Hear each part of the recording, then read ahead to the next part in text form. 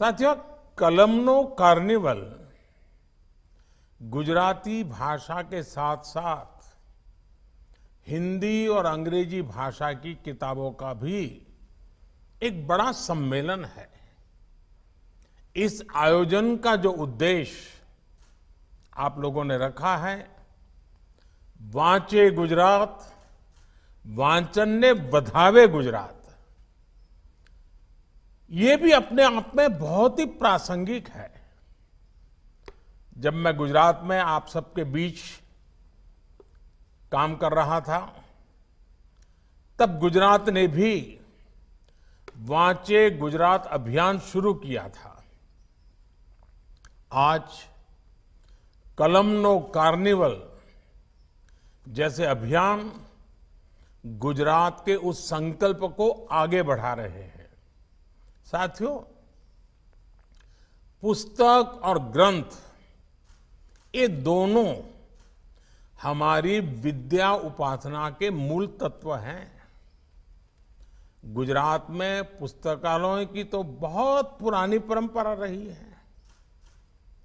हमारे वडोदरा के महाराजा सयाजीराव जी ने अपने क्षेत्र के सभी इलाका क्षेत्रों में प्रमुख स्थानों पर पुस्तकालयों की स्थापना की थी।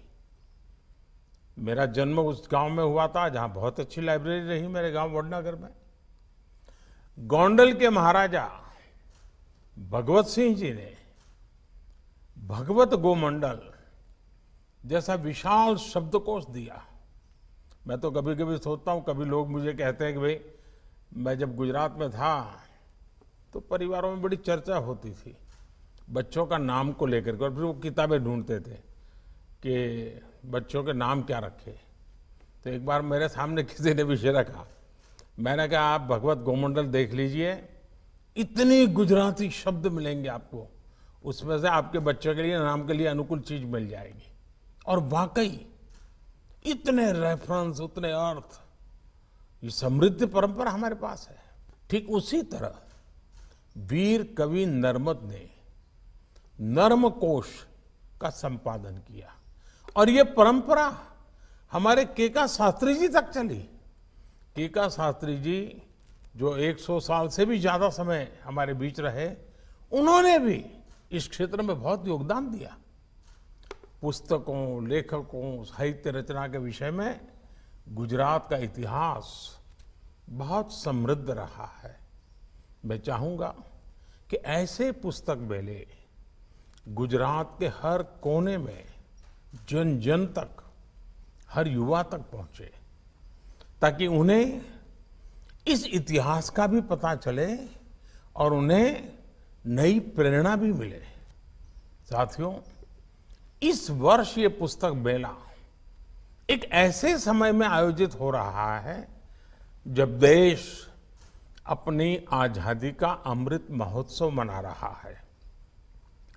अमृत महोत्सव का एक आयाम ये भी है कि हम हमारी आजादी की लड़ाई के इतिहास को कैसे पुनर्जीवित करें, हमारी भावी पीढ़ी को हम कैसे सुपुर्द करें। आजादी के लड़ाई के जो भूले बिसरे अध्याय है, उनके गौरव को हम देश के सामने लाने के लिए प्रतिबद्ध हैं और आप सबके प्रयास से ये संभव भी है।